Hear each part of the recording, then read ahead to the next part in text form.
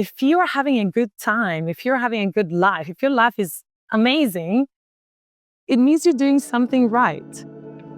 Welcome to the Oracle podcast, where spirituality, inspiration, and education come together. We have 3 playlists. In Spiritual Stories, we explore profound moments in personal spiritual journeys. In Spiritual Entrepreneurship, we share insights to help spiritual practitioners and their businesses thrive. And in Spiritual Leadership, I offer my perspective on leading with authenticity and heart. Hello, everybody. Welcome to the Oracle podcast, Spiritual Leadership. I'm going to be talking today about purpose and the importance of having purpose when we have a business. It's something that I wasn't very conscious of in my life up until now. But looking back, I've always done my businesses with a lot of purpose. I just didn't really talk about it or discuss it, but there was always something greater pushing me than the money. And I think that that's one of the reasons why I've been a successful entrepreneur, because there's always been a purpose that has fueled me, that has given me energy as I went through all the difficult and very varied processes of having your own business. Because for me, being an entrepreneur is very exciting. I think I knew I was going to be an entrepreneur since I was a little girl.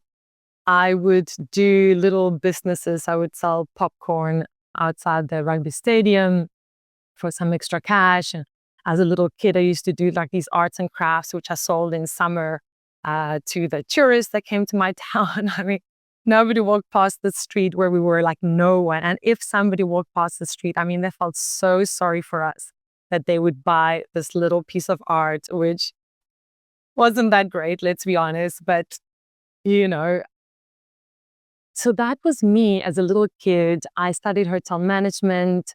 I think now looking back, what I really enjoyed about hotel management, so the idea of hotel management is just to have a business that had lots of different parts, because I was very excited about front office and then the rooms and then the restaurants and the bar and the lobby and the dry cleaning and, the buying food, and there's the whole guest side. I just enjoyed the variety of it. And I think it's that I enjoyed being an entrepreneur and having to deal with lots of different things in one day. So as it turns out, I studied hotel management in Switzerland and I graduated 3rd from my university. I loved it. But I ended up not working in hotels because life had other plans. And I worked in London doing all kinds of different jobs. And I did 2 ski seasons in France. And I was back and forth between England and France. And eventually I wanted to settle down. I moved to Canada. I lived in different places in Canada as well. I also moved around from Vancouver to Whistler, Kelowna, some peaks. But I discovered that I just enjoy putting things together, right? Like I'm an entrepreneur. I think that creativity of being an entrepreneur wants to come out. And I think that the creativity of it was a massive fuel for me. The learning was a massive fuel for me. But as I said, I ultimately had a purpose behind everything that I did. And I just wasn't aware of it. Looking back, I've been doing businesses that actually help people in the service industry, in health and wellness and entertainment. And after having had my own business for more than 20 years, I knew I had proven myself. And I now wanted to have an impact in the world. And I really put out the intention that I wanted to do a business that would have a global impact. And to be honest, my thing was and still is animals and animal suffering. Even though I hate to say this, but I'm eating meat again now because my kids, it's a bit hard to cook. I do feel guilty every time I eat meat. I do. I don't eat it very often. But for me, it would be great if we didn't have to kill these animals. Whether the solution is lab-grown meat, which I think could be a solution, lab-grown meat without pain or anything, or just the fact that we elevate our consciousness, that we just don't want to eat meat anymore. it just doesn't feel good to us anymore, right? Whatever it is, or whichever way that comes about, like that's a big, big driving force behind what I do, because whatever money I have left over, I would love to help with that massive problem or issue that we have as human beings. So that's a massive, massive purpose for me. But doing this business, I realized, because this idea came to me on a meditation, right? So I didn't think about this, so to speak. I didn't come up with this idea. I didn't like figure it out in a piece of paper. It just came to me one day in meditation. So when I had this idea, I immediately realized, oh, wait, that's how I'm going to achieve no animal suffering in the world. Because obviously, unless I change people's minds, or unless I do something with people, I mean, the animals on their own, unfortunately, are not going to save themselves. So it's people that need to change so that animals are free, right? So I was like, oh, this is perfect. This is now a company that is teaching people about who they are. And if you're watching this, I'm sure you would agree that we're all connected, that we are physical beings, but we're actually spiritual beings having a physical experience. And all of these things, I'm sure you agree with this. And so if we could teach and understand this a little bit better, like, okay, so what does that mean? I'm a spiritual being having a physical experience. Okay, cool. So what does that mean? How can I go from that to having a great life, right? Because there's a process between knowing something and then having a result from that knowing. And sometimes it's a hard road as we are going through that, right? So to teaching people about who they are and what our purpose is, or what we're meant to be doing here since we came all this way. Okay, cool. I'm here in this physical body. Like, now what? So teaching and helping people with that is amazing for me, because as we understand that and start working with that, all kinds of things are going to change, are changing. I mean, for those people that are on the awakening journey, you can see it. I mean, I'm on the journey, right? I am on this journey. I'm somewhere along the journey, and I am starting to understand how this stuff works. Like, magic sometimes seems to happen. Like, how could this possibly have happened? What are the odds of that? And so the universe is honestly aligning in front of me as I go through this awakening process. It doesn't really matter where I am on the journey relative to somebody else. The thing is that I'm aware that I'm on the journey. I'm excited to be on the journey. I don't obsess over the journey, because it's also something we got to watch out with, like obsessing with where we are spiritually and our growth and everything. And knowing that also we're here to have fun and just like have a good time here on earth without it being so serious. Like for me, fun has become quite a goal. Like I want to be enjoying everything I do at work, in my life, with my friends. You know, it's not about just not caring about other things. It's just like that is spiritual practice. If you are having a good time, if you're having a good life, if your life is amazing, it means you're doing something right. But I digress a little bit. Let's go back to the topic of doing a business that is aligned with your purpose. As an entrepreneur of, I don't know now, 25 more. Oh, gosh. Yeah, no, about 25 years of having my own business. You learn a lot, and you also know that it gets very tough. You go through all kinds of different stages. Sometimes it gets easy and then it gets tough again, and then it gets easy and then it gets tough, and it gets easy and it gets tough. And everything is a learning curve, of course. But if you are not aligned with your purpose, it's going to be very hard to push through when it gets tough, because there won't be enough fuel for you to push yourself literally forward. So you just won't have enough oomph. There's no driving force behind what you're doing. And I can guarantee you that work is going to get tough. First of all, like figuring out what you love to do, what you're good at, what you enjoy doing, what people tell you that you're good at, but mainly what really gets you excited. And I'm not saying that every part of that is going to be exciting, because I'm very excited to do this company. But I have to be honest, I'm not excited when I do the accounting. It's just not something that I love doing.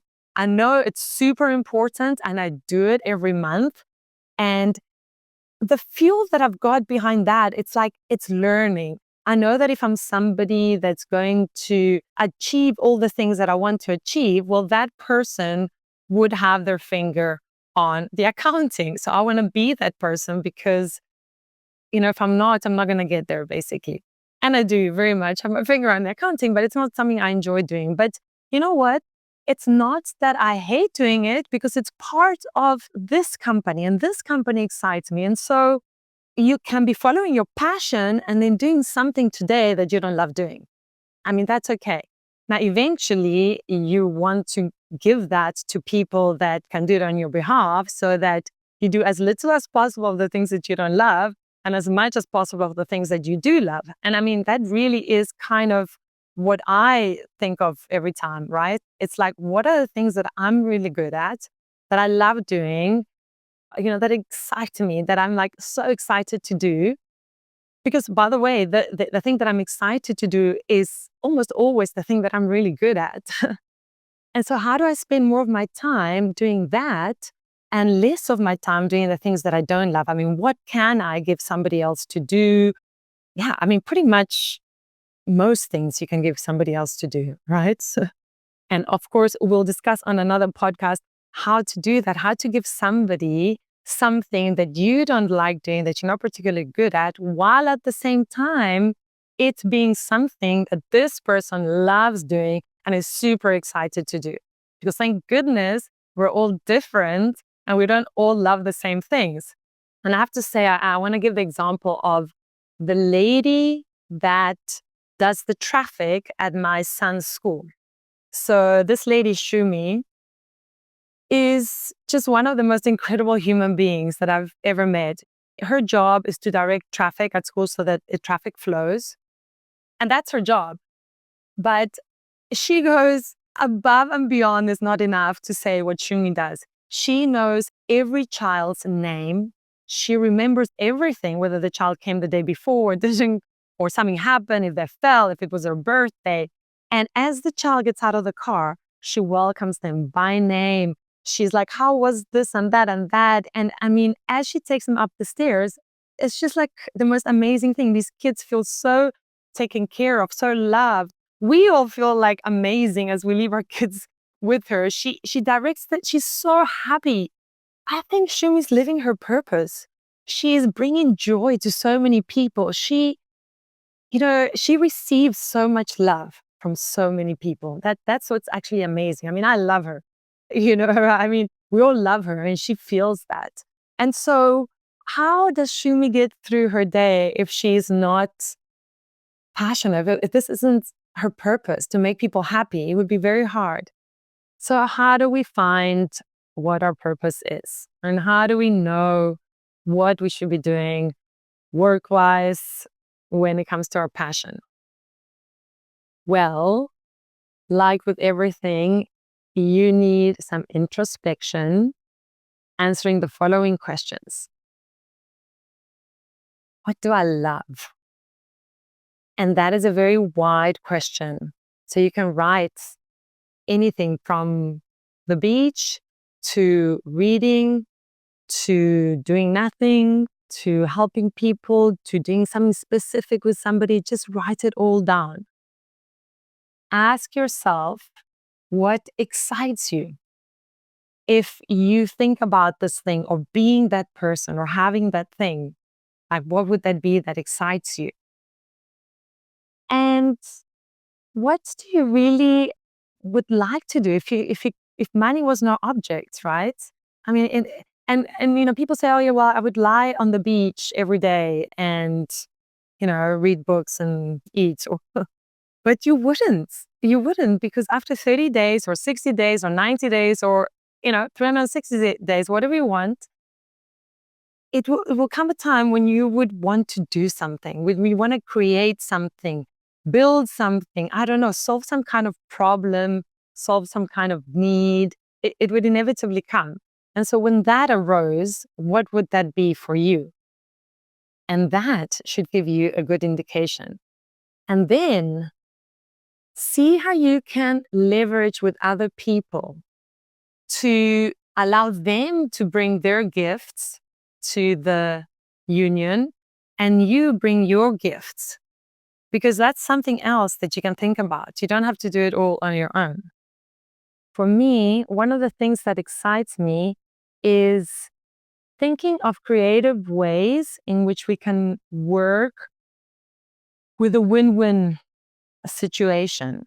We immediately think of very obvious things, but there are so many ways that have not been tapped into, in my opinion, of working in community that would be so much more fulfilling than working on your own.